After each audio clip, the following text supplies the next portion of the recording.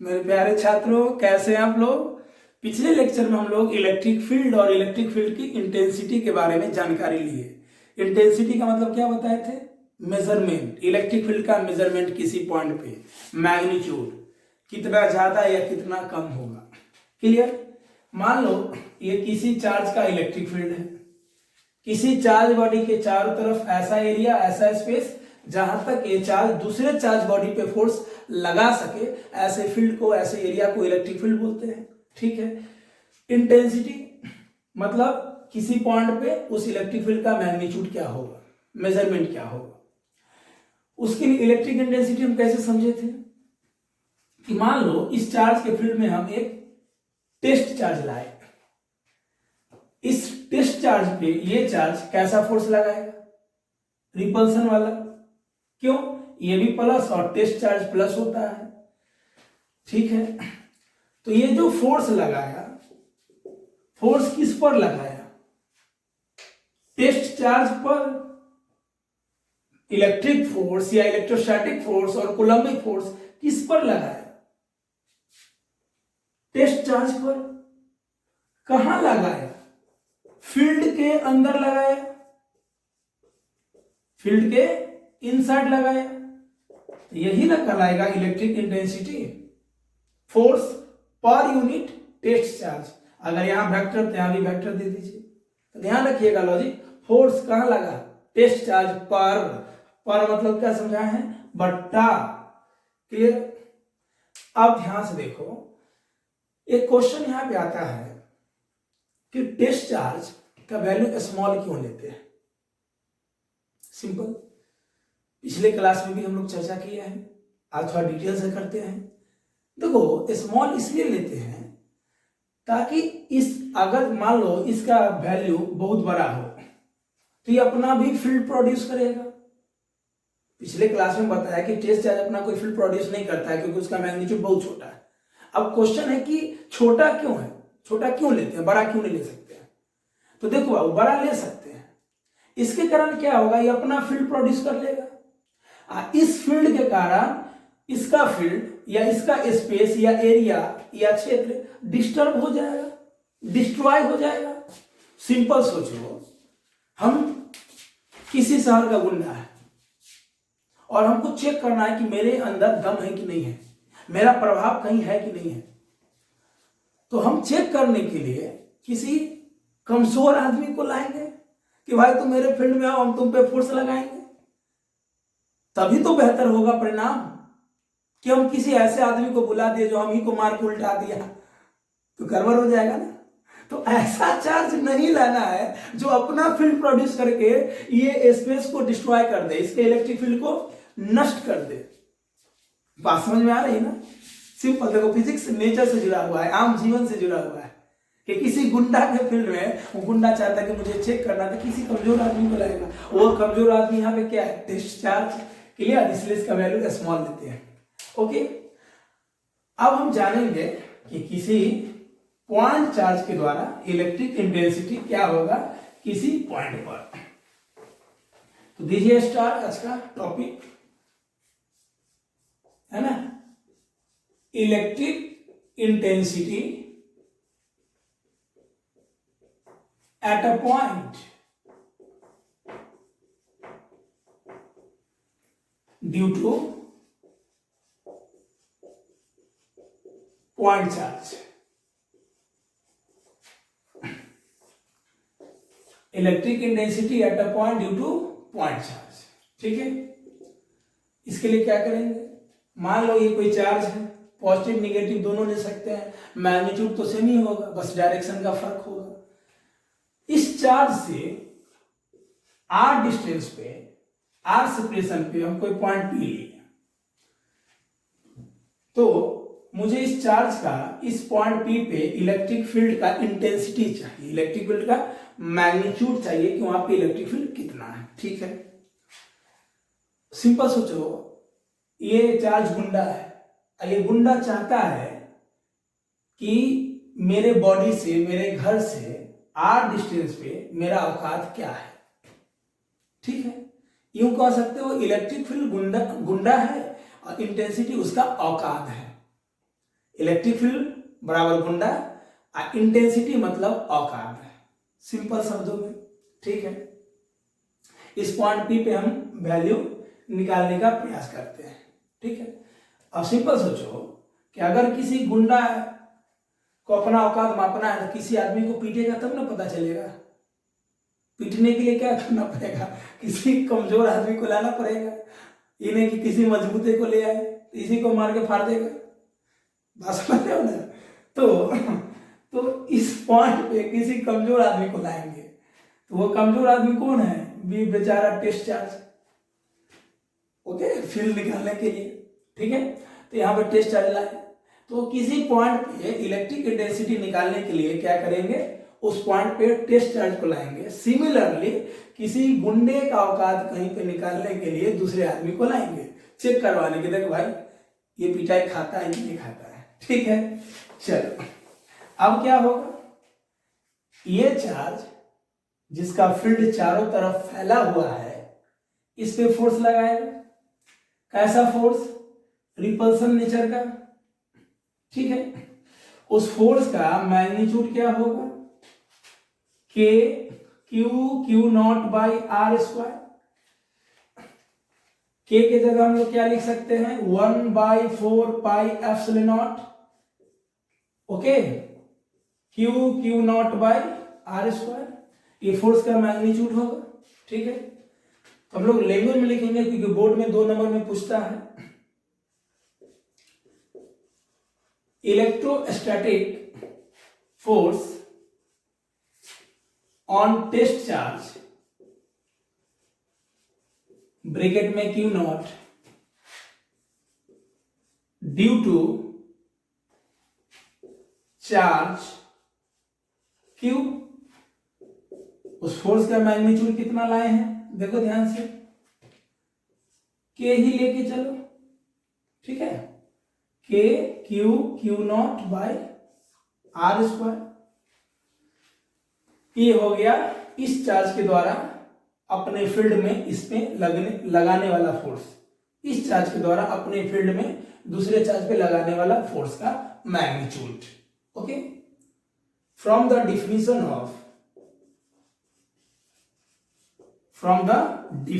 Of electric intensity. Electric intensity का definition क्या है? Force per unit charge, force per unit test charge. Force कितना है? K Q naught by are square by Q naught से Q naught मर गया, कटने वाला कट गया, मरने वाला मर गया, बचने वाला बच गया, क्या बचा? के क्यू बाई आर स्क्वायर। तो उस पॉइंट पी पर, दैट मीन्स यही ना क्वेश्चन था, electric intensity at point P बराबर व्हाट? इलेक्ट्रिक इंटेंसिटी कहाँ निकाला है? पॉइंट पी पे, तो यहाँ पे पी भी लगा सकते हैं, electric intensity at point P, या कहीं कहीं ई आर लिख देगा। ध्यान दे रहे हो ना? ई आर मतलब electric field at a distance r, ऐसा भी रहेगा तो मतलब सेम ही होगा। तो electric field at point P from a point charge q कितना लाए हम लोग? के क्यू बाई आर स्क्वायर। ठीक है, डायरेक्शन क्या होगा इसका? प्लस चार्ज है ना, रेडियली आउटवर्ड्स, बाहर की ओर है ना, away from the charge, away from the charge. Clear? चलो हम लोग क्या करेंगे, इसको बॉक्स में बंद कर देंगे कि electric field at point P कितना आया? के क्यू बाई आर स्क्वायर लिखिए, या के की जगह हम लोग क्या लिख सकते हैं? 1/4πε0 q by are square. Okay, इसको नीचे में बॉक्स बना के लिख दीजिए। चलो, और एक बात और, मीडियम जो होना चाहिए वो एयर होना चाहिए। क्या होना चाहिए? एयर, तभी होगा एप्सिलॉन नॉट। अगर मान लो यहाँ पे पानी होगा तो यहाँ पे एप्सिलॉन लगा देंगे, क्योंकि किसी दूसरे मीडियम के लिए हम लोग एप्सिलॉन लेते हैं ना, परमिटिविटी का वैल्यू। ठीक है, चलो अब इसमें एक और क्वेश्चन पूछ देता है वेक्टर फॉर्म में, तो देखिए क्या करेंगे, नोट कीजिए जल्दी।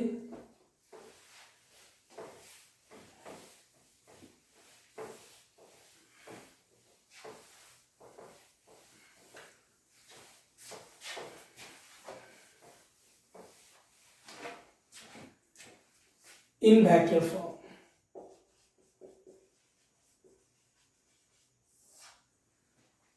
ध्यान से देखो, वेक्टर फॉर्म के लिए हम लोग कूलम्ब्स लॉ में दिखाए थे एकदम सिंपलेस्ट मेथड कि मान लो ये पॉइंट चार्ज है और इस पॉइंट चार्ज से r डिस्टेंस पे मुझे p पॉइंट पे इलेक्ट्रिक फील्ड निकालना है। तो इलेक्ट्रिक फील्ड मुझे कहाँ आया, बाहर की ओर। इलेक्ट्रिक फील्ड का मैग्नीट्यूड ई से और डायरेक्शन ई वेक्टर से दिखाते हैं। ठीक है, ध्यान से देखो, सबसे पहले क्या करेंगे, मैग्नीट्यूड लिख देंगे। ये हो गया मैग्नीट्यूड के क्यू बाई आर स्क्वायर। अगर हम यहां वेक्टर देंगे तो ये तो इलेक्ट्रिक फील्ड की इंटेंसिटी हो गई, मतलब उसका मैग्नीट्यूड हो गया। डायरेक्शन के लिए क्या लिखेंगे, आर कैप।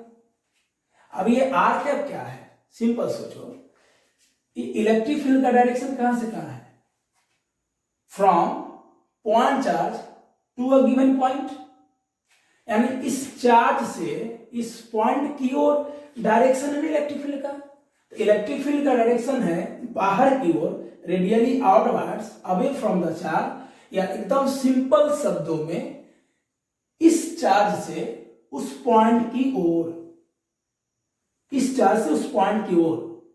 तो जो पोजीशन वेक्टर होगा, पोजीशन वेक्टर का ही तो मैग्नीट्यूड ये डिस्टेंस है, तो वेक्टर फॉर्म में तो पोजीशन वेक्टर बोलेंगे इस आर को। तो पोजीशन वेक्टर का डायरेक्शन क्या होगा, चार्ज से उस पॉइंट की ओर का डायरेक्शन, तो आर कैप से लिखेंगे उसको। ठीक है, तो ये हो गया फॉर्म 1, आप इसको फॉर्म 1 लिख सकते हैं, वेक्टर फॉर्म 1। क्लियर, यहां भी हम छोड़ सकते हैं।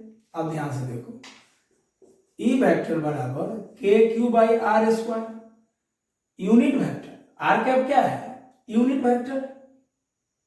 यूनिट वेक्टर को कैसे हम लोग सॉल्व करते हैं, r vector by r vector का मैग्नीट्यूड।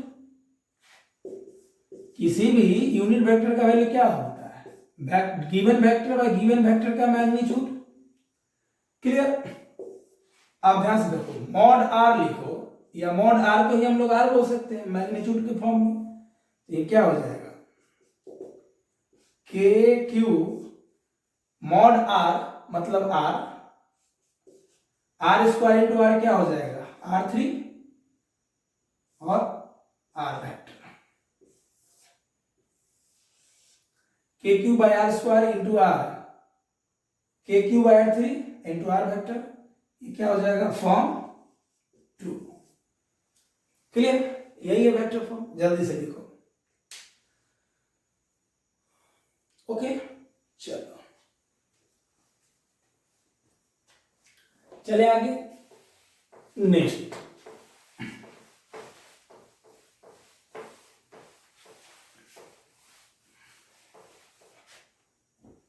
नोट, मान लो अगर प्लस चार्ज है, इलेक्ट्रिक फील्ड आर डिस्टेंस पे पॉइंट पी पे कहां होगा, बाहर की ओर। Electric field at point P बराबर के क्यू बाई आर स्क्वायर, और इसका डायरेक्शन क्या होगा, अवे फ्रॉम द चार्ज। अगर यहीं पे हम माइनस ले लेंगे, ठीक है, तो इलेक्ट्रिक फील्ड का जो मैग्नीट्यूड होगा वो होगा माइनस के क्यू बाई आर स्क्वायर, या मैग्नीट्यूड को ऐसे दिखाइए और डायरेक्शन को अंदर की ओर दिखा दीजिए। ठीक है, ये तब होगा जब चार्ज एयर मीडियम में हो। ओके, ठीक है, एक काम और कर सकते हो कि गिवन चार्ज पर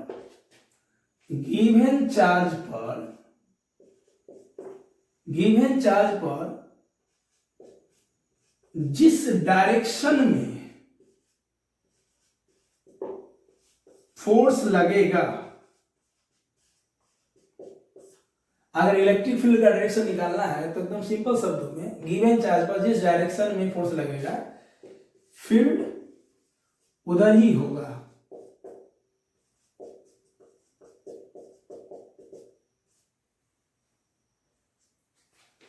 मतलब मान लो ये प्लस चार्ज का फील्ड है, इसमें हम प्लस चार्ज लाए दूसरा, इस पे फोर्स का, इसके द्वारा इस पे फोर्स बाहर की ओर, तो बाहर की ओर।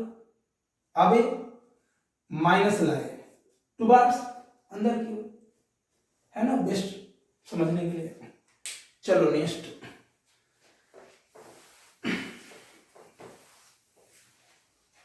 ये पहला नोट है। चलो पहला नोट में एक और चीज करते हैं। मान लो ये चार्ज है, प्लस माइनस कोई भी चार्ज है, पॉइंट पी पे इलेक्ट्रिक फील्ड चाहिए, और हम एनी अदर मीडियम कर दिए यहाँ पे, एनी अदर मीडियम मतलब एयर वैक्यूम छोड़ के, इलेक्ट्रिक फील्ड क्या हो जाएगा इस पॉइंट पी पे, के क्यू बाई आर स्क्वायर। के बदले हम लोग क्या लिखते हैं, जल्दी बोलो, 1/4 epsilon naught q by are square. बस एप्सिलॉन नॉट की जगह क्या हो जाएगा एप्सिलॉन। एनी अदर मीडियम के लिए क्या ले लेंगे एप्सिलॉन। बात समझ में आ गया, बस यही अंतर होगा। ठीक है, जल्दी नोट करो।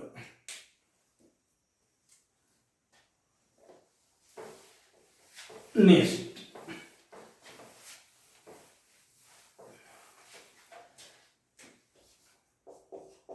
नोट नंबर 2, इलेक्ट्रिक इंटेंसिटी का जो मैग्नीट्यूड आया किसी पॉइंट पे वो क्या आया है K q by are square, या के बदले 1/4 पे एप्सिलॉन नॉट। ये किसके लिए वैलिड है, it is only valid for point charge. अब पॉइंट चार्ज क्या होता है ये कूलम्ब्स लॉ के लेक्चर में हम समझा दिए हैं, लेक्चर देखिए और देखकर तैयार रहिए तो ना मजा आएगा।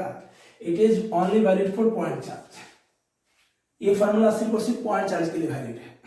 तो जानते हो फिजिक्स क्या है, फिजिक्स मतलब सामने देखने वाला चीज है, एकदम लग रहा है जैसे हम फिल्म देख रहे हैं, एक एक लाइन दिख रहा है, आपको आगे का भी सीन पता चल जाता है कि हाँ ऐसा होने वाला है। जैसे बहुत सारा फिल्म लोग देख लेता है तो बोलता है अब ये होने वाला है, चलो फिल्म समाप्त है, तो आप भी पकड़ लोगे यहाँ पे। मतलब ये हुआ कि जो भी चीज हम बोले पॉइंट चार्ज, तो आपको पीछे से पढ़ के रखना वो ये बोल रहे हैं, मतलब हम जो बोले ना वह दिमाग में कल्पना बने, उसका इमेज बने कि पॉइंट चार्ज ये है। क्लियर, चलिए अब देखिए ध्यान से क्यों ये लाइन सही है, हम इसको समझाते हैं। कॉन्सेप्ट, मान लो ये कोई बॉडी है कंटिन्यूअस,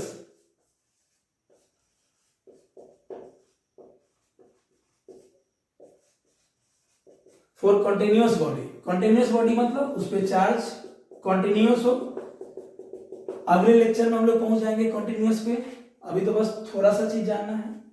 ठीक है, ये कंटिन्यूअस चार्ज बॉडी है और इसके सेंटर से r डिस्टेंस पे पॉइंट पी लिए जहां पे इलेक्ट्रिक इंटेंसिटी निकालना है। ठीक है, अब क्या किए,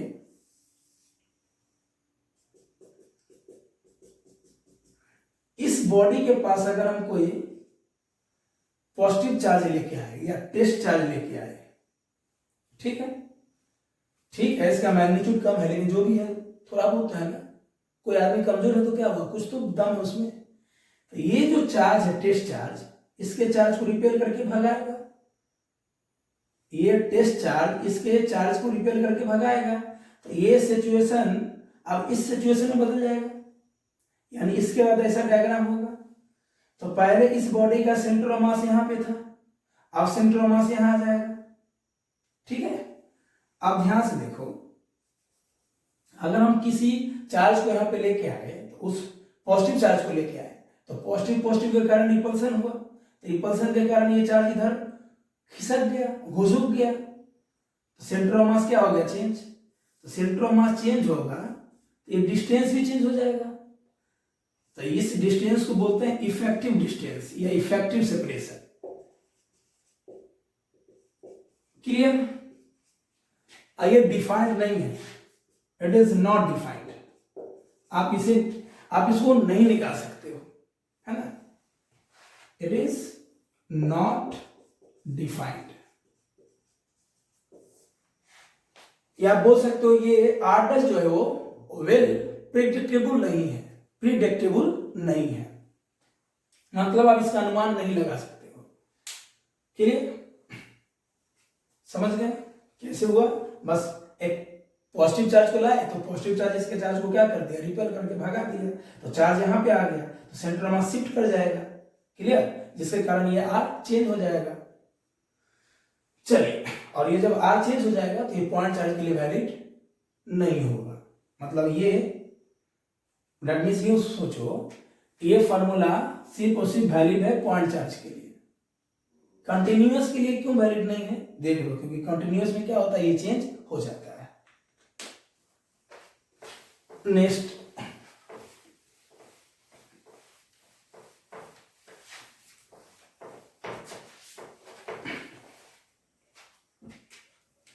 अब है electric field due to system of charges या electric intensity due to system of charges, या इसी को हम लोग क्या जानते हैं, प्रिंसिपल ऑफ। बाबू एक ही चीज को बहुत सारे नाम से जानते हैं, तो नाम ध्यान रखना है। हम पढ़ाए प्रिंसिपल ऑफ सुपरपोजिशन, एग्जाम आ गया due to system of charges. लो आप बोलोगे सर आउट ऑफ सिलेबस है, मास्टर पढ़े नहीं किया, सब मामला समाप्त हो जाएगा। Principle of superposition of electric intensity या इलेक्ट्रिक फील्ड भी बोल सकते हो।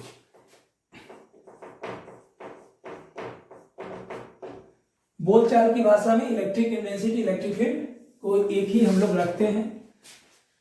क्लियर? अब ध्यान से देखो, प्रिंसिपल ऑफ सुपरपोजिशन का मतलब क्या समझाए थे ना, कि मान लो किसी भीड़ में बहुत आदमी एक आदमी को पीट रहा है, वो भी प्रिंसिपल ऑफ सुपरपोजिशन है। मार खाने वाला एक और मारने वाला बहुत, है ना? चुपने वाला बहुत और चुपवाने वाला एक, ऐसा ही बोल सकते हैं। ठीक है, अब ध्यान से देखो, इसके लिए हम लोग थोड़ा सा पीछे जाते हैं और principal of superposition of electric force के बारे में थोड़ा सा जानकारी लेते हैं।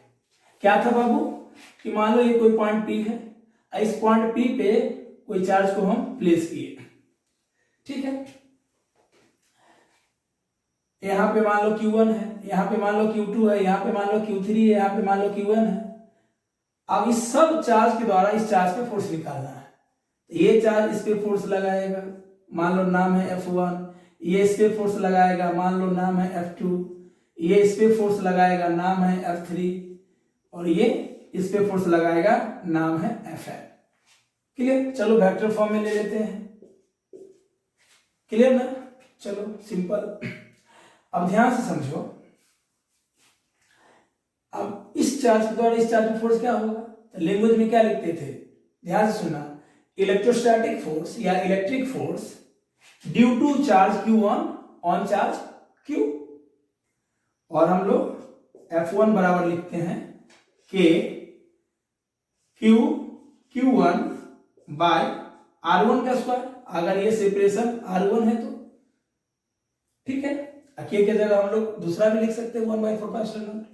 सिमिलरली F2 क्या हो जाएगा, K Q2 by R2 square, इसके द्वारा F1, इसके द्वारा F2, dot dot dot dot N के द्वारा Qn चार्ज के द्वारा क्या हो जाएगा, K Q1 बाय Rn का स्क्वायर।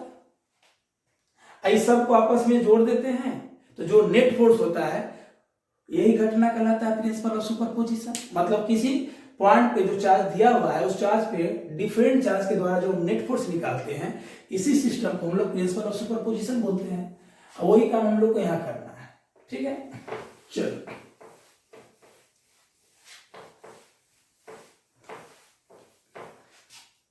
तो मान लो ये कोई पॉइंट है P या O या A कुछ भी, और यहाँ पे कोई Q1 चार्ज है, कोई Q2 चार्ज है, कोई Q3 है, कोई Qn है, डॉट डॉट डॉट Q1 है, बहुत सारा है, लो बीच में डॉट डॉट डॉट कर लो। अब इस सभी चार्ज के द्वारा इस पॉइंट P पे इलेक्ट्रिक फील्ड निकालना है।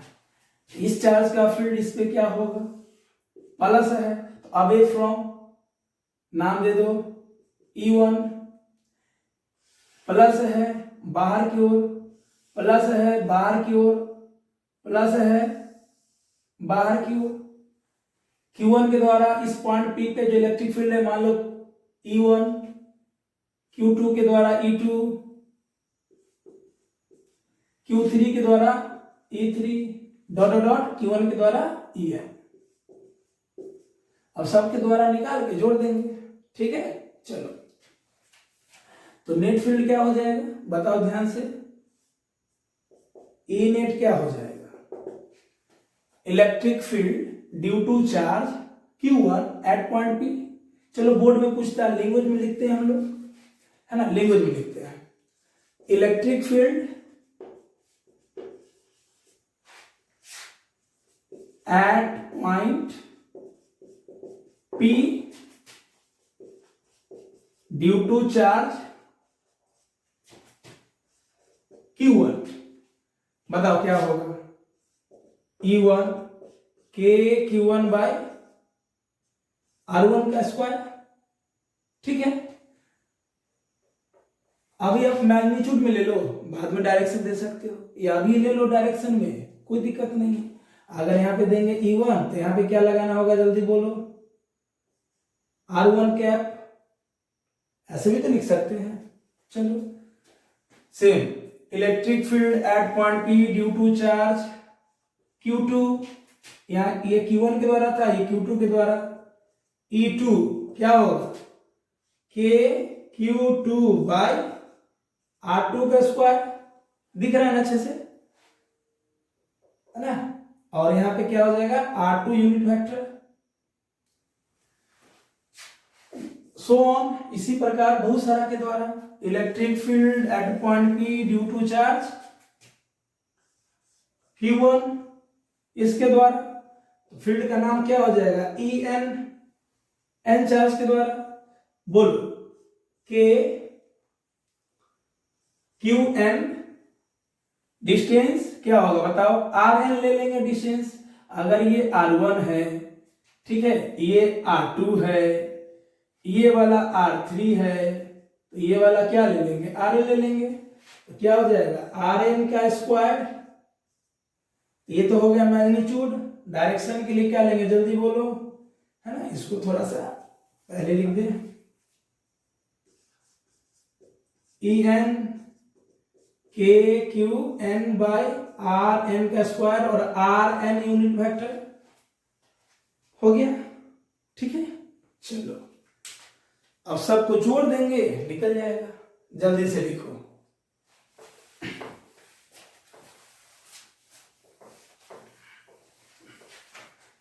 तो therefore net electric field at point P लिखेंगे, E नेट वेक्टर फॉर्म में लेके E1 प्लस E2, है ना,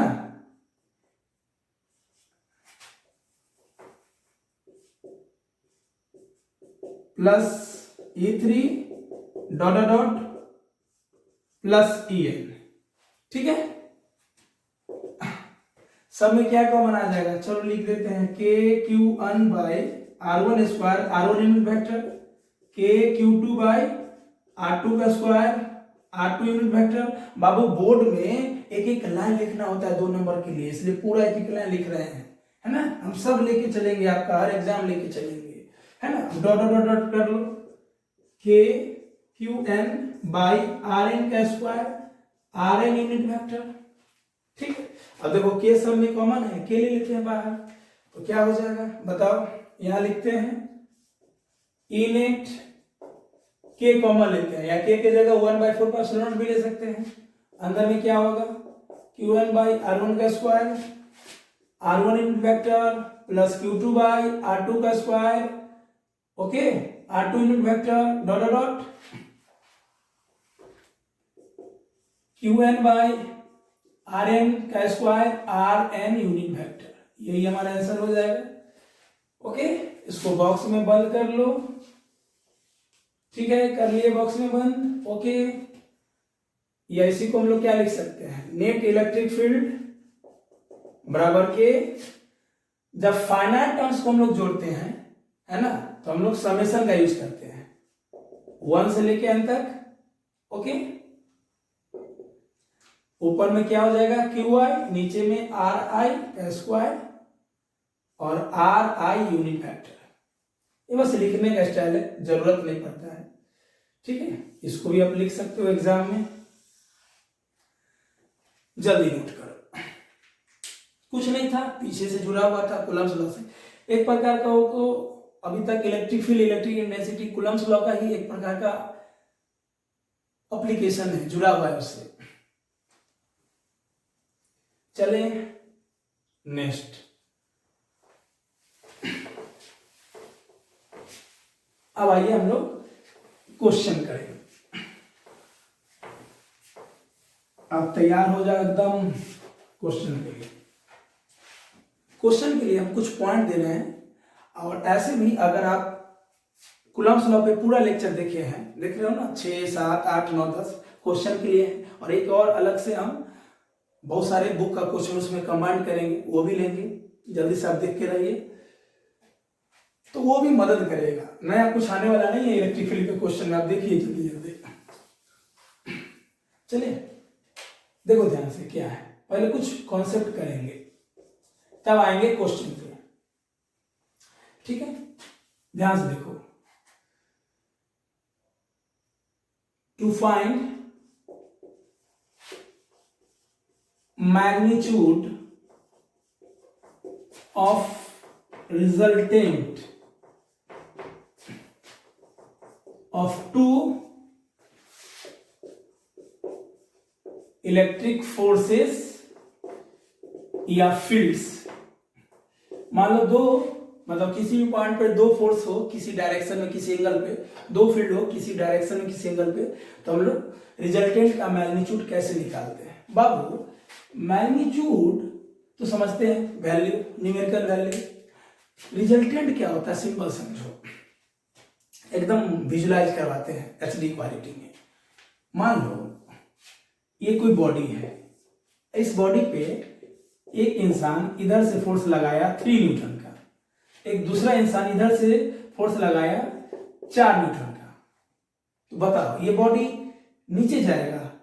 नहीं। मान लो ये F2 है, F1 3 न्यूटन का दाएं और 4 न्यूटन का नीचे लगाया, नीचे जाएगा? नहीं। आगे जाएगा? नहीं।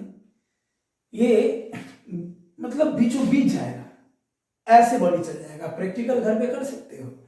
दैट मीन्स रिजल्टेंट कैसे लेते हैं, तो मान लो F2 ले लो वेक्टर, तो F2 वेक्टर पर F1 वेक्टर रखो। ये वेक्टर का हेड होता है और ये टेल। तो अगर हम F2 को पहला वेक्टर माने हैं, तो पहला वेक्टर पर दूसरे वेक्टर का क्या रखते हैं, टेल, और मिला देते हैं इनिशियल टू फाइनल। यही है रिजल्टेंट, यही है रिजल्टेंट, यही होगा नेट फोर्स। रिजल्टेंट बोलिए या नेट फोर्स बोलिए या एडिशन ऑफ टू वेक्टर्स बोलिए, ये F1 प्लस F2 का सम होगा, है ना। नेट फोर्स बोलिए, रिजल्टेंट बोलिए या दो वेक्टर का एडिशन बोलिए। ठीक है, समझ गए ना। बॉडी ऐसे जाएगा।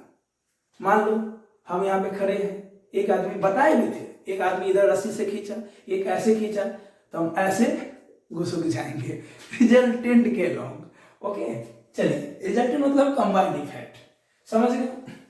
चलो, छोटी छोटी बातें सीखना है ना। अभी नहीं कि रिजल्टेंट सुन रहे हैं, समझ में नहीं आ रहा है, क्वेश्चन भी बना लिए लेकिन मजा नहीं आ रहा है, तब नहीं होगा। मजा तब आएगा जब एक एक लाइन आप समझोगे। चलो, तो मान लो एक F1 फोर्स इधर लगा किसी चार्ज बॉडी पे, F2 फोर्स इधर लगा किसी चार्ज बॉडी पे, दोनों के बीच में एंगल थीटा है। ठीक है, दोनों के बीच में एंगल मान लो थीटा है। तो ये दोनों का रिजल्टेंट निकालने के लिए क्या करेंगे, इस वेक्टर को उठा के इस पे रखेंगे। ठीक है, फील करो कि इसको उठा के हम इस वेक्टर पे रख रहे हैं, तो क्या होगा, लाइन इनिशियल टू फाइनल कुछ ऐसा आएगा। बीचों बीच मत बोलना कि रिजल्टेंट बीचों बीच होगा, नहीं। रिजल्टेंट बीचों बीच तब होगा जब दो फोर्स सेम होगा। जैसे मान लो ये भी एफ है और ये भी एफ है, अगर दोनों वेक्टर का मैग्नीट्यूड सेम होगा तब रिजल्टेंट बीचों बीच होगा। जैसे मान लो ये भी 10 न्यूटन ये भी 10 न्यूटन, तब रिजल्टेंट बीचों बीच होगा। अगर दोनों वेक्टर के बीच का एंगल, दोनों फोर्स के बीच का एंगल 60 डिग्री होगा तो रिजल्टेंट 30 पे होगा, 45 होगा तो 22.5 पे होगा। क्लियर? जब वैल्यू सेम हो तब बीचों बीच होगा, और वैल्यू अलग अलग हो तो बीचों बीच नहीं होगा। उसके लिए क्या करते हैं, इसको शिफ्ट करा के इस वेक्टर पे रखेंगे और मिला देंगे इनिशियल टू फाइनल। तो चलो, तो ये है रिजल्टेंट का लाइन, और उसी रिजल्टेंट को इस चैप्टर में क्या बोलेंगे, नेट फोर्स। ठीक है, तो नेट फोर्स जो है वो किसी वेक्टर के साथ, मान लो इसके साथ अल्फा एंगल बनाया, इसके साथ बीटा एंगल बनाया, है ना, तो रिजल्टेंट का जो मैग्नीट्यूड होगा उसको हम लोग कैसे निकालते हैं, जल्दी बोलो। रूट अंडर 11th के वेक्टर में पढ़े होंगे मेरे से भी या कहीं और भी पढ़े होंगे। क्या होगा, f1 square plus f2 square plus 2f1 f2 cos theta. ठीक है, और इसी चीज को हम फील्ड में रिप्रेजेंट कर दें तो ई नेट क्या हो जाएगा, बोलो ध्यान से, रूट अंडर E1 का स्क्वायर प्लस E2 का square plus 2E1 E2 cos theta. Force रहेगा तो ऐसे, फील्ड में ऐसे, मान लो वेक्टर ए और बी है तो ए स्क्वायर बी स्क्वायर 2 भी cos थीटा, जैसे आप पहले से पढ़ते थे। चलो, ये तो हो गया रिजल्टेंट का मैग्नीट्यूड। अब रिजल्टेंट का डायरेक्शन, ये रिजल्टेंट का डायरेक्शन का मतलब हो गया, दैट मींस पूछ देगा कि अल्फा कितना है, बीटा कितना है। रिजल्टेंट तो डायरेक्शन निकाल ही लेंगे, यहाँ पे रिजल्टेंट का डायरेक्शन क्या है, ठीक है, ऐसे बाहर की ओर। ओके, अब ये रिजल्टेंट इसके साथ अल्फा या बीटा निकालना, तो मान लो अल्फा पूछिए या बीटा पूछिए, तो टेन अल्फा क्या होता है, याद है ना, B sine theta by A plus B cos theta. पढ़े होंगे आप लोग कि ये एंगल निकालने के लिए, रिजल्टेंट जो किसी वेक्टर के साथ एंगल बनाता है वो एंगल निकालने के लिए क्या लगाते हैं, B sine theta by A plus B cos theta. यहाँ पे बी का काम कौन करेगा, F2 साइन थीटा, ए का काम कौन करेगा, F1, ये ए का काम करेगा और ये बी का काम करेगा, तो बी साइन थीटा ए प्लस बी कॉस थीटा, ए का काम F1, F2 का काम बी या बी का काम F2 कॉस थीटा। इसी चीज को फील्ड के रूप में कैसे लिख सकते हैं, जल्दी बोलो, F2 की जगह E2 साइन थीटा बाय, है ना, E1 plus E2 cos theta. ई को ऐसे लिखना है, ठीक है, पहले से भी जानते हो। चलो, अब इसका कुछ स्टैंडर्ड रिजल्ट्स ध्यान में रखेंगे। ठीक है, ये तो हो गया डिटेल प्रोसेस।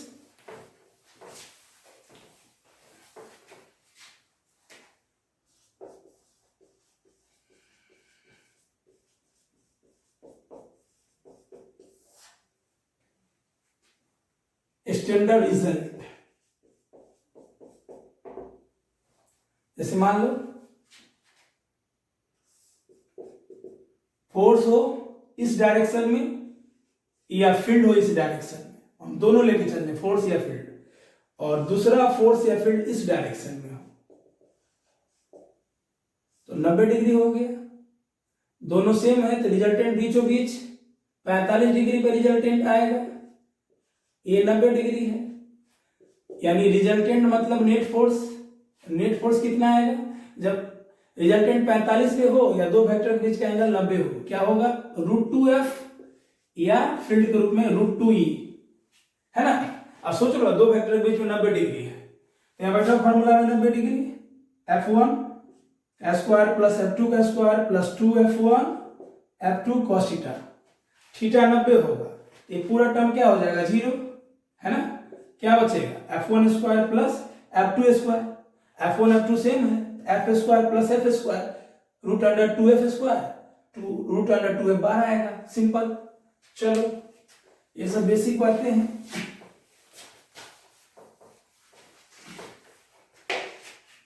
चलो, ये पहला।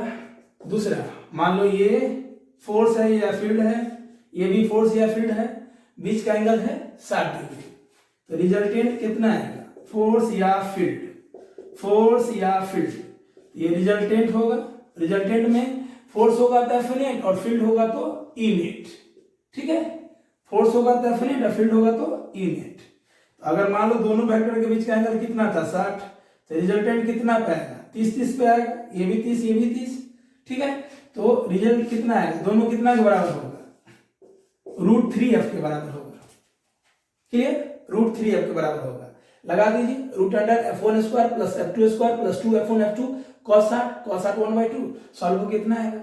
या एक और चीज बताए थे ट्रिक के रूप में, याद है कि अगर दो वेक्टर का मैग्नीट्यूड सेम हो तो क्या लगाते हैं, वेक्टर का मैग्नीट्यूड निकालने के लिए, उसका रिजल्टेंट निकालने के लिए, रिजल्टेंट का मैग्नीट्यूड निकालने के लिए 2f cos θ/2, और फील्ड होगा तो यहां भी ई लिख देंगे, यहां भी ई लिख देंगे।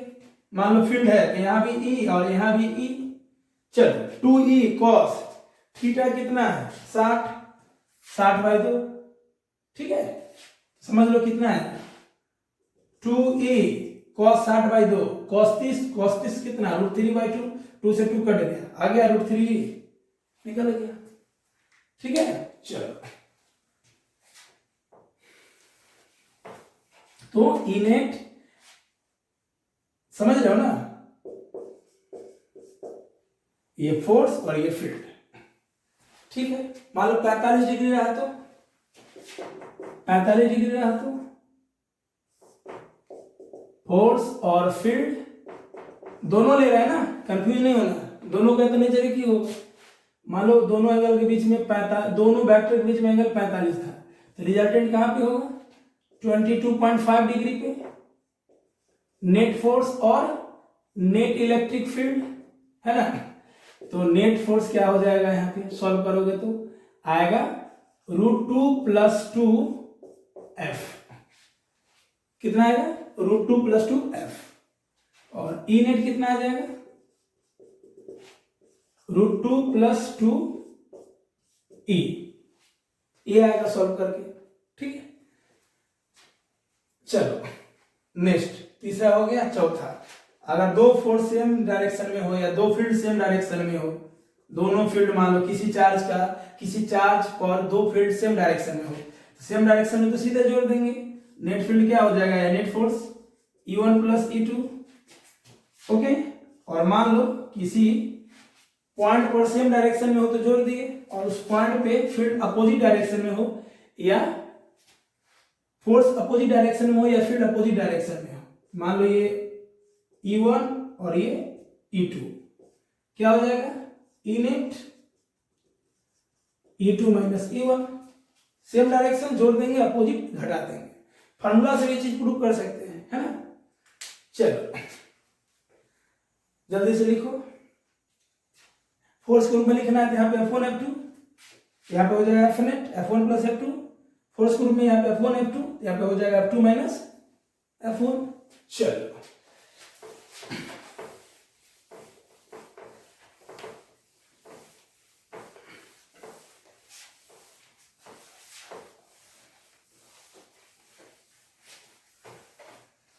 आ जाओ क्वेश्चन पे, दनादन क्वेश्चन शुरू करो।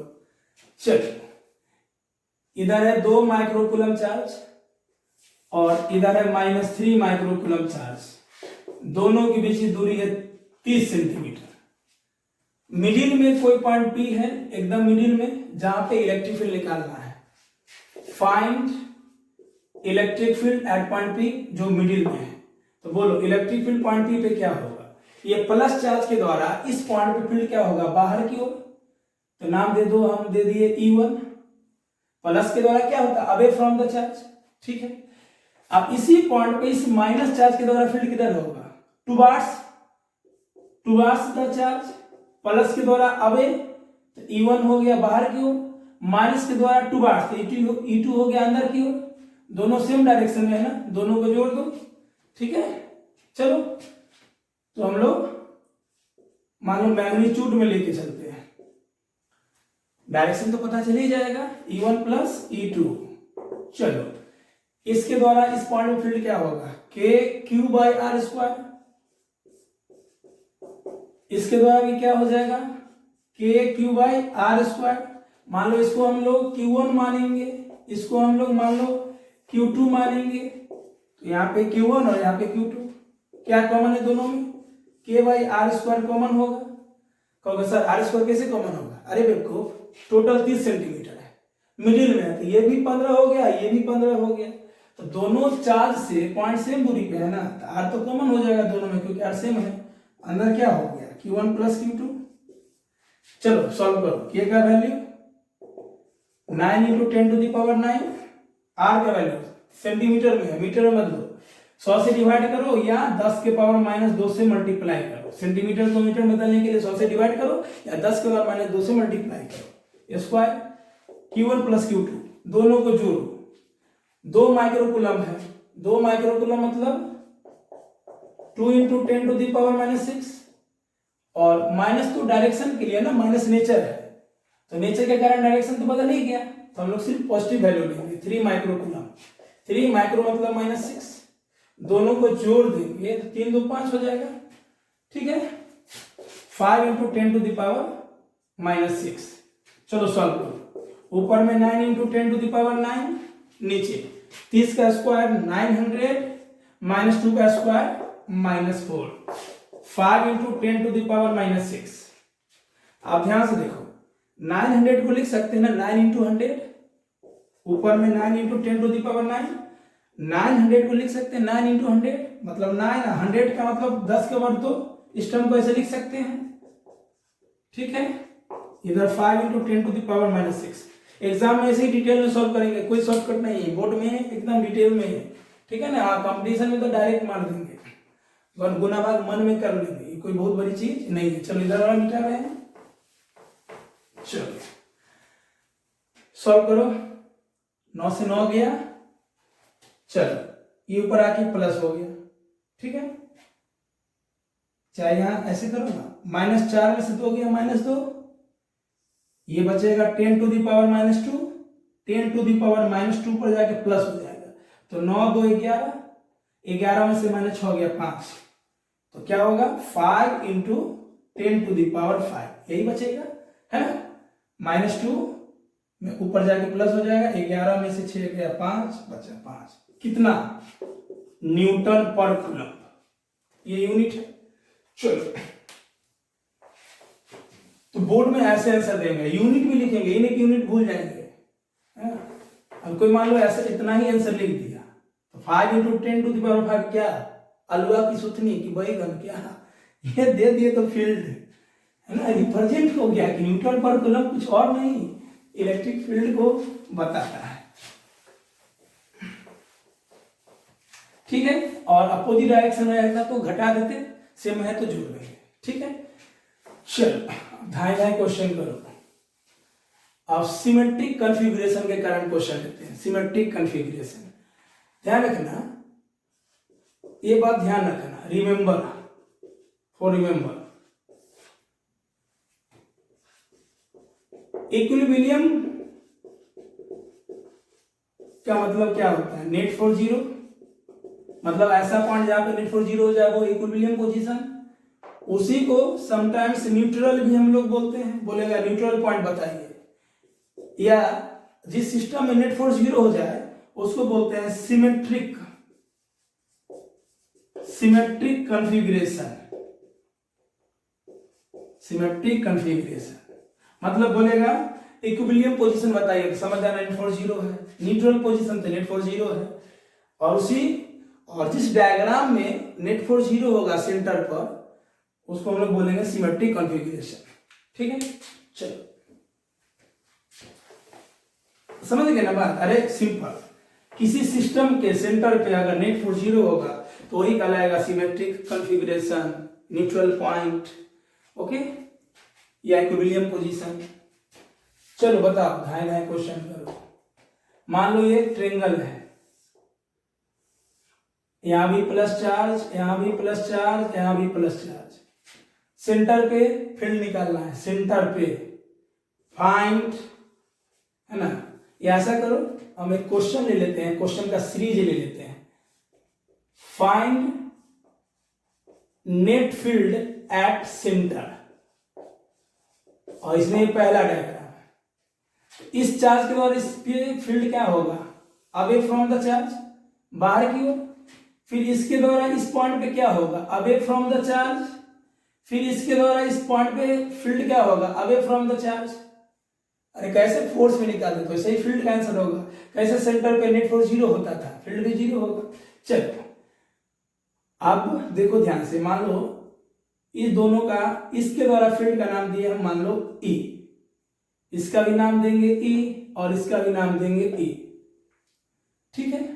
या नाम बदलना है तो दे दो E1 E2 E3, ठीक है। अब ध्यान से देखो, ये दोनों का रिजल्टेंट कुछ ऐसा होगा, रिजल्टेंट का नाम हम लोग दे देते हैं E4। अब ध्यान से देखो, इस चार्ज का फील्ड E1 बाहर की ओर, बाहर बाहर। अब ये दोनों का रिजल्टेंट ये वाला। अब E4 E1 डायरेक्शन में अपोजिट है, मैग्नीट्यूड में सेम होगा। ये दोनों एक दूसरे को क्या करेगा, कट कर देगा। तो नेट फील्ड सेंटर पे क्या होगा, 0 होगा। समाप्त है कहानी। इस चीज को एक और एग्जांपल से समझाते हैं। मान लो ये एक वेक्टर है, मान लो ये कोई इलेक्ट्रिक फील्ड वेक्टर है या फोर्स है, कोई जनरल वेक्टर है। इस डायरेक्शन में दूसरा इलेक्ट्रिक फील्ड है, फिर एक तीसरा इलेक्ट्रिक फील्ड ले लिया। अब तीनों के बीच में 120 डिग्री एंगल है, यहां भी 120, 120, 120। तो अगर तीनों वेक्टर इक्वल हो, इक्वल एंगल पे, तो जो नेट फील्ड होगा या नेट फोर्स होगा वो 0 होगा। कहोगे सही बात समझे नहीं? तो ध्यान से देखो, ये वेक्टर और ये वेक्टर चाहे फील्ड के रूप में हो या फोर्स के रूप में हो या कोई जनरल वेक्टर हो, ये दोनों का मैग्नीट्यूड सेम है, बीच का एंगल 120 है। तो रिजल्टेंट बीचों बीच जाएगा 60 डिग्री पे। रिजल्टेंट बीचों बीच क्यों? क्योंकि दोनों वेक्टर सेम है, 60 60। ये भी 60 हो जाएगा, ये भी 60 हो जाएगा। चलो अब ध्यान से देखो, ये दोनों का जो, अगर दो वेक्टर याद रखना, दो वेक्टर अगर 120 डिग्री पे हो, दो वेक्टर अगर 120 डिग्री पे हो तो उसका रिजल्टेंट सेम ही होता है। निकाल सकते हो आप, है ना, रूट अंडर ई का स्क्वायर प्लस ई का स्क्वायर प्लस 2E1। ध्यान से चलो हम प्रूफ ही कर देते हैं।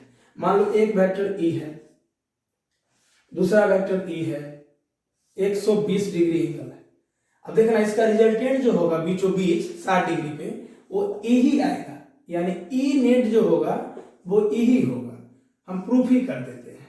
ई नेट क्या होगा, पहले का स्क्वायर प्लस दूसरे का स्क्वायर, ठीक है, प्लस 2AB ई कॉस 120, ठीक है। कॉस 120 होता है -1/2। ध्यान दे रहे हो ना, कट गया 2 से 2, प्लस माइनस माइनस, यहां पे क्या हो जाएगा, अगला लाइन क्या हो जाएगा, root under E square plus E square 2E square, अब minus E into E square, तो E square plus E square 2E square, अब माइनस ई स्क्वायर, तो क्या बचेगा, ई स्क्वायर। क्या निकलेगा, ई। तो अगर दो वेक्टर 120 डिग्री पे हो तो उसका रिजल्टेंट का आंसर सेम ही होगा। ये भी एक कॉन्सेप्ट हो गया, समझ गए ना कैसे आया। चलो इसको एक तरीका से और हम लोग कर सकते थे, जब वेक्टर सेम हो तो ट्रिक क्या है, ई नेट निकालेगा, जल्दी बोलो, 2E cos θ/2, 2E cos theta कितना 120, 120/2, 2E cos थीटा क्या होगा 120, 120/2 60, cos 60 कितना, cos 60 1/2, कट गया, आया ही। बहुत मजेदार कहानी है। अब ध्यान से देखो, तो ये दोनों का जो रिजल्टेंट होगा उस रिजल्टेंट का मैग्नीट्यूड ई होगा। अब देखो ऊपर भी और नीचे भी मैग्नीट्यूड सेम और डायरेक्शन सेम, तो नेट वैल्यू क्या हो जाएगा, मैग्नीट्यूड सेम और डायरेक्शन अपोजिट, नेट वैल्यू 0। ऐसे समझो या ऐसे समझो, सिंपल। ये रफ है, तो ट्रायंगल में भी कुछ ऐसा ही है ना, ये 120 है, मतलब ऐसे समझो ना, E2 E1 और नीचे E2 E3 और E1 सब 120 के है, ठीक है।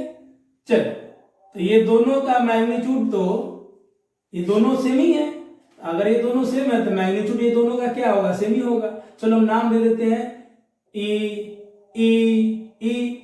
अब सेंटर से सब बराबर ही दूरी पे होता है, जितना दूरी पे ये होगा उतना ही दूरी पे ये होगा, उतना ही दूरी पे ये होगा। तो जितना फील्ड इसके द्वारा होगा उतना ही फील्ड इसके द्वारा होगा, उतना ही फील्ड इसके द्वारा होगा। चलो, तो ई ही बन जाएगा रिजल्टेंट। ये दोनों एक दूसरे को क्या कर देगा, कैंसिल कर देगा, समाप्त। तो फाइनल कंक्लूजन क्या होगा कि अगर ट्रायंगल के सेंटर पे नेट फील्ड निकालना हो तो 0 आएगा। अगर तीन वेक्टर 120 डिग्री पे हो और वेक्टर का मैग्नीट्यूड सेम होगा तो नेट फील्ड 0 होगा, नेट फोर्स 0 होगा, वेक्टर के रिजल्टेंट का मैग्नीट्यूड 0 होगा।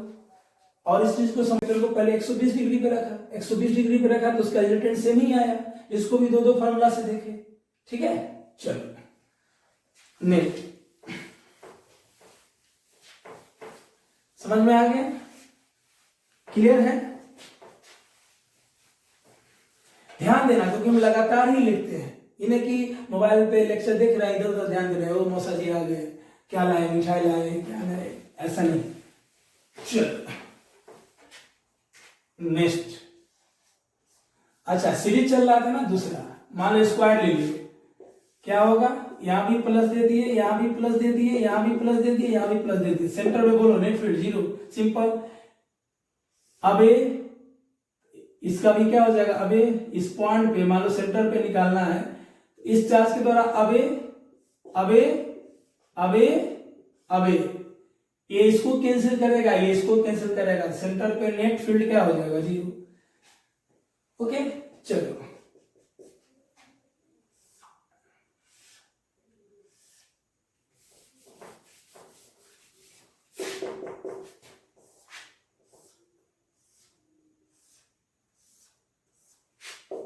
Plus plus plus plus plus plus, ठीक है।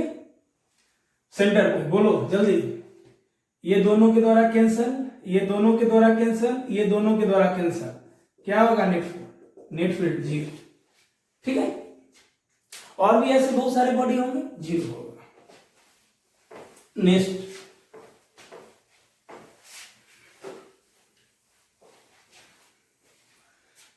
अब क्या है नेक्स्ट क्वेश्चन,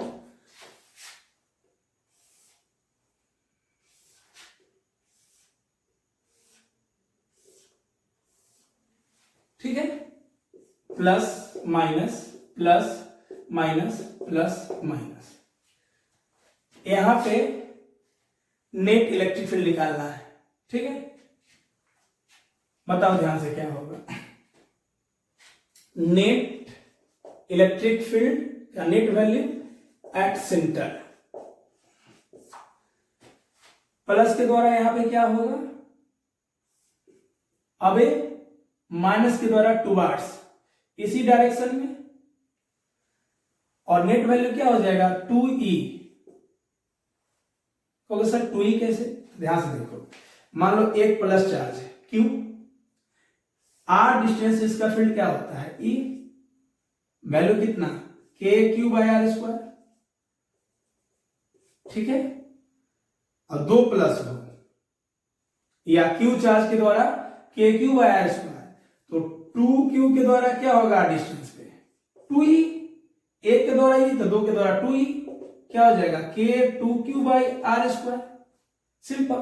4q के द्वारा 4e, 6q के द्वारा 6e, 10q के द्वारा 10e, क्लियर, सिंपल।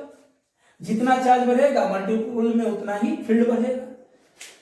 चलो अब ध्यान से देखो, इस सेंटर पे इसके द्वारा फील्ड है E, मान लो E दिए हैं, किसी भी चार्ज के द्वारा किसी पॉइंट पे जो फील्ड है उसको हम E से लिखते हैं, तो इसका भी E, तो इसका भी E, नेचर अपोजिट है, मैग्नीट्यूड सेम है, तो E और E सेम डायरेक्शन में तो जुड़ गया, 2E हो जाएगा, क्लियर। चलो अब इसके द्वारा यहां पे क्या होगा, बोलो जल्दी, क्या होगा, टुवार्ड्स और इसके द्वारा अब ए 2e, समझा ना, इसके द्वारा भी ई, इसके द्वारा भी ई, डायरेक्शन सेम हो गया तो जुट गया। अब इस दोनों के द्वारा, तो इस पॉइंट पे टुवर्ड्स, इसके द्वारा अब ए मैग्नीट्यूड 2e, नहीं आया समझ में, प्लस माइनस, इसके द्वारा फील्ड होगा ई, इसके द्वारा होगा ई, बस डायरेक्शन का अंतर होगा, लेकिन दोनों सेम डायरेक्शन में तो जुट गया। सिमिलरली ये माइनस के द्वारा इस पॉइंट में फील्ड होगा अंदर की ओर, तो इसी पॉइंट पे इस प्लस के द्वारा होगा बाहर की ओर, दोनों सेम डायरेक्शन में जुट गया। इसका भी ई प्लस ई 2e, प्लस का बाहर की ओर, माइनस का अंदर की ओर, दोनों सेम डायरेक्शन में जुट गया, ई प्लस ई 2e। बताओ नेट वैल्यू क्या होगा, कितना, 120, 120, 120, जल्दी बोलो, net electric field at centre 0 है ना, सब 120 है। वेक्टर का मैग्नीट्यूड इक्वल हो और एंगल भी 120 हो, तो नेट वैल्यू क्या होगा, 0। ओके, अब क्या करो, इसमें हम 2 क्वेश्चन दे रहे हैं जो घर पे बना लेना।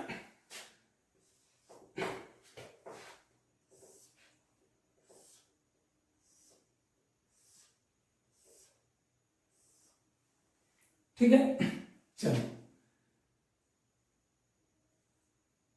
Plus plus plus minus minus minus, centre पे निकालना है फील्ड, सेंटर पे। ठीक है, नेक्स्ट क्वेश्चन,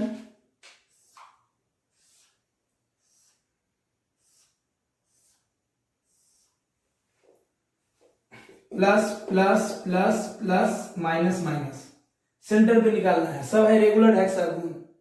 ठीक है, चलो, हिंट के लिए एक चीज है कि अगर आप इस पॉइंट पे यहां से यहां मिलाते हो तो ये इक्विलेटरल ट्रायंगल हो जाता है, और इक्विलेटरल ट्रायंगल में एंगल क्या बनता है, यहाँ पे 60। तो सब के द्वारा सेंटर पे फील्ड निकालना है, यहाँ भी और यहाँ भी। हिंट में ये दोनों लाइन जब यहाँ पे मीट करेगा तो ये इक्विलेटरल ट्रायंगल होगा, एंगल यहाँ पे 60 होगा, ये भी साइड सेम, ये भी सेम, ये सेम, मतलब अगर ये L, ये भी L, ये भी L, हिंट दे रहे हैं, मतलब आपको सेंटर पे निकालना है फील्ड। चलो एक और देते हैं, बना लेना है ना, बन जाना चाहिए, ये नहीं कि, समझ रहे हो ना।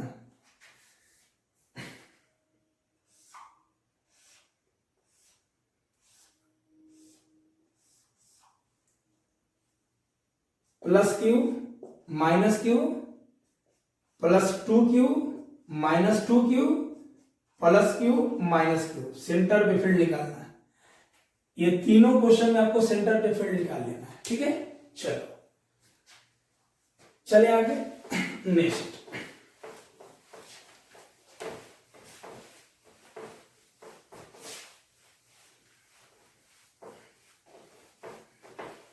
हम लोग और क्वेश्चन करते हैं, और एक क्वेश्चन आप लोगों को खुद से बनाना है। जैसे मान लो ये इक्विलेटरल ट्रायंगल है, ठीक है, तो फोर्स वाले लेक्चर में क्या था, यहां भी चार्ज, यहां भी चार्ज, यहां भी चार्ज, नेट फोर्स निकालना था किसी एक पे दूसरों के द्वारा। यहाँ पे बस एक कॉर्नर पे चार्ज नहीं रहेगा, एक चार्ज कम रहेगा। फार्मूला में भी देखो ना, फोर्स क्या होता है, k q1 q2 by are square, और फील्ड में क्या है, k q by are square. यहाँ पे एक ही चार्ज होगा, बस यही अंतर है। ठीक है, तो मान लो यहाँ पे प्लस है और यहाँ पे माइनस है, और इस पॉइंट पे मुझे निकालना है। मान लो ट्रायंगल का नाम है ए बी सी, साइड है ए, यहाँ पे निकालना है फील्ड। तो जल्दी बताओ, क्वेश्चन वही रहेगा, नेट इलेक्ट्रिक फील्ड एट ए। ठीक है, तो प्लस इसको इस पॉइंट पे कहां फील्ड एक्सर्ट करेगा, बाहर की ओर, मतलब प्लस चार्ज के द्वारा इस पॉइंट फील्ड होगा बाहर, आउटवर्ड। ठीक है, मान लो इसका नाम हम दे दिए ई, माइनस के द्वारा क्या होगा, अंदर, नाम दे दिए ई। मैग्नीट्यूड सेम होगा, बिल्कुल सेम होगा, जितना दूरी पे इस पॉइंट से ये चार्ज है उतना दूरी पे इस पॉइंट से ये चार्ज है। चलो अगर दोनों सेम हो, एंगल कितना है, ये 60, ये कितना हो जाएगा 120, इक्विलेटरल है ना, ये 60, इक्विलेटरल ट्रायंगल में 60 60 60, ये 120। अभी बताए थे ना पूरा वेक्टर का बेसिक, कि दो वेक्टर के बीच में अगर एंगल 120 हो तो नेट वैल्यू क्या हो जाता है, सीधे ई के बराबर हो जाएगा, और ई क्या हो जाएगा, k q by A square. Simple, ये वाला ले लो चाहे ये वाला ले लो, क्योंकि दोनों का तो रिजल्टेंट आ ही गया ना। रिजल्टेंट कहाँ होगा? बीचों बीच होगा। ई रिजल्टेंट बीचों बीच कितना डिग्री पे? 60 डिग्री पे रिजल्टेंट जाएगा। ठीक है, समझ गया ना कैसे आया? के चार्ज क्या है? क्यू और डिस्टेंस ए, तो पॉइंट चार्ज के द्वारा क्या होता है? इलेक्ट्रिक फील्ड के क्यू बाई ए स्क्वायर। उसी प्रकार आप स्क्वायर का बना लेना, यहां भी प्लस चार्ज, यहां भी प्लस चार्ज और यहां भी प्लस चार्ज, यहां पे चार्ज नहीं है, इस तीनों के द्वारा यहां पे निकालना है। तो ये इस चार्ज के द्वारा क्या होगा? अब ए, इसके द्वारा भी अब ए और इसके द्वारा भी क्या होगा? अब ए। बन जाएगा। सेम लेक्चर नंबर 6 में समझाया है ना स्क्वायर के द्वारा। बताओ नेट फोर्स क्या आता था? के क्यू बाई ए स्क्वायर √2 + 1/2। के Q1 Q2 आता था, है ना। यहां पे क्या हो जाएगा? बस एक चार्ज ले लो, समाप्त कहानी। तो ये बना लेना देख देख के, साइड ए है, एकदम बन जाएगा। लेक्चर नंबर 6 का लास्ट वाला देखो, ठीक है, बन जाएगा। देखो आंसर भी लिख देंगे यहाँ पे, ई नेट हो जाएगा। सिर्फ एक चार्ज हट जाएगा, आंसर वही रहेगा। ठीक है, चलो बन जाएगा ना। नेक्स्ट हम लोग करें बाबू, तो ध्यान रखना कि दो वेक्टर के बीच में, अगर दो वेक्टर के बीच में एंगल 60 हो तो रिजल्टेंट कितना आया था? √3। फोर्स है तो F और फील्ड है तो E। 120 है तो कितना? अगर दो वेक्टर 120 डिग्री पे, रिजल्टेंट सीधे बराबर, वेक्टर के ही बराबर, वेक्टर के मैग्नीट्यूड के बराबर। ठीक है, 45 डिग्री हो तो मतलब अगर दो वेक्टर 90 डिग्री पे हो और रिजल्टेंट 45 डिग्री पे हो, या दो वेक्टर 90 डिग्री पे हो तो √2E। सिंपल। और मान लो वेक्टर ही 45 डिग्री पे हो तो मान लो एक फील्ड है इस डायरेक्शन में, एक फील्ड है इस डायरेक्शन में, दोनों फील्ड के बीच का एंगल है 45, तो रिजल्टेंट कितना पे आएगा? 22.5 डिग्री पे। तो अगर आप इसको निकालोगे तो नेट फील्ड कितना आएगा? 2 + √2 का पावर 1/2 E। क्लियर? ये आएगा। ओके, ये हम स्टैंडर्ड रिजल्ट में भी लिखे हैं, और शायद वहां पे 1/2 छूट गया था, शायद देख लेना, तो वहां पे मिस्टेक हो सकता है। 1/2 होगा पावर में, सॉल्व कर लो ना। √E² + E² + 2EE cos 45 कितना आएगा? ठीक है, मिला लेना, यहाँ पे पावर 1/2 ही होगा, वहां पे जो लिखे थे हो सकता है 1/2 छूट गया हो। तो ये सब बेसिक है जो डायरेक्ट आंसर दे सकते हैं। अब डिटेल भी बना सकते हो या कंपटीशन में सीधे आंसर टिक करना है। अब सबसे जरूरी का चीज, दो चार्ज दे देगा, जैसे मान लो यहां दे दिया 2Q और यहां दे दिया 8Q। बोलेगा ऐसा पॉइंट बताइए जहां पे नेट फील्ड 0 हो। तो बताओ, सेम चार्ज रहेगा तो फील्ड कहां लेंगे? बीच में। याद करो लेक्चर नंबर 7, डिटेल्स देखो, बन जाना चाहिए। अगर सेम चार्ज होगा तो फील्ड कहां लेंगे? बीच में। बीच का डिस्टेंस L दे देगा। तो ट्रिक से भी बना लेना ये, और मेथड से भी बना लेना। ठीक है, ये टोटल कितना है? L। ओके, अब देखो ध्यान से, चार्ज सेम रहेगा एकदम बीचों बीच होगा, चार्ज सेम रहेगा तो एकदम बीचों बीच, और डिफरेंट रहेगा तो छोटा चार्ज के करीब लेंगे। डिटेल जानकारी के लिए लेक्चर नंबर 7 में बहुत डिटेल में बताया है। तो आप लोग का ये होमवर्क है कि आप इसको मेन मेथड से बना लीजिएगा कि किस पॉइंट पे नेट इलेक्ट्रिक फील्ड 0 होगा। तो याद करो हम लोग क्या करते थे, जब चार्ज सेम है तो पॉइंट बीच में होगा और स्मॉलर चार्ज के नजदीक होगा। ये पॉइंट को यहां से x दूरी पे ले लेना, दोनों का फील्ड बराबर होगा। ठीक है, बन जाएगा जैसे फोर्स बराबर किए थे। ओके, एक क्वेश्चन ये है, और ट्रिक से ही बना लेना, ट्रिक सेम होगा, जो फोर्स का बताए थे वही किसका होगा? फील्ड का होगा। बस F की जगह E लिख देना। लेक्चर नंबर 7 देख लो अच्छा से। अब एक हम ले लेते हैं माइनस और एक ले लेते हैं प्लस। क्या बताए थे कि चार्ज अपोजिट हो तो पॉइंट आउटसाइड होगा। क्लियर? तो इसको भी डिटेल से बना लेना, और ट्रिक से बना लेना कि किस पॉइंट पर फील्ड 0 होगा, बन जाएगा ना। ठीक है, तो ये सब क्वेश्चन आराम से बन जाना चाहिए। लेक्चर नंबर 7 देखिए कि किस पॉइंट पे इलेक्ट्रिक फील्ड 0 होगा, बन जाएगा।